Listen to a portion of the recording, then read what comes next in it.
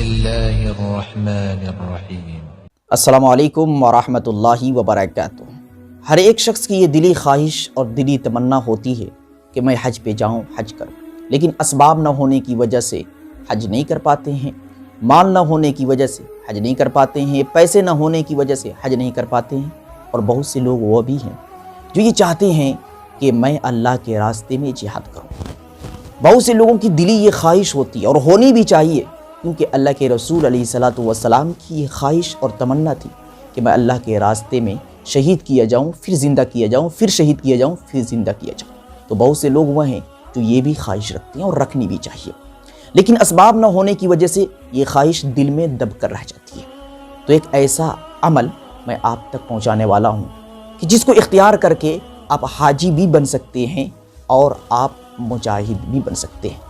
اللہ کے رسول علیہ الصلوۃ والسلام کے زمانے میں ایک صحابی ان کی خدمت میں حاضر ہوتے ہیں اور پوچھتے ہیں کہ یا رسول اللہ صلی اللہ علیہ وسلم، میری دلی خواہش اور دلی تمنا ہے کہ میں اللہ کے راستے میں نکلوں اور جہاد کروں، لیکن میرے پاس اتنی طاقت نہیں کہ میں جہاد کر سکوں۔ تو آپ علیہ الصلوۃ والسلام نے ان سے سوال کیا، ان سے پوچھا اور معلوم کیا کہ کیا تمہارے والدین میں سے کوئی باحیات ہے، کوئی زندہ ہے یا نہیں؟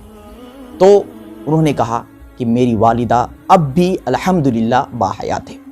تو نبی پاک علیہ الصلوۃ والسلام نے کہا کہ جاؤ اور اپنی والدہ کی خدمت کرو، خدمت کرو گے تو تم حاجی بھی کہلاؤ گے اور عمرہ کرنے والے بھی کہلاؤ گے اور مجاہد بھی کہلاؤ گے۔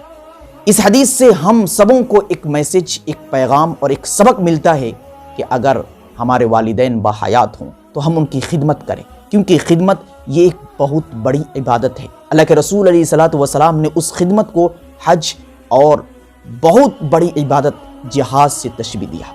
دعا کرے کہ اللہ رب العزت ہم سبوں کو اپنے والدین کی خدمت کرنے کی توفیق مرحمت فرمائے۔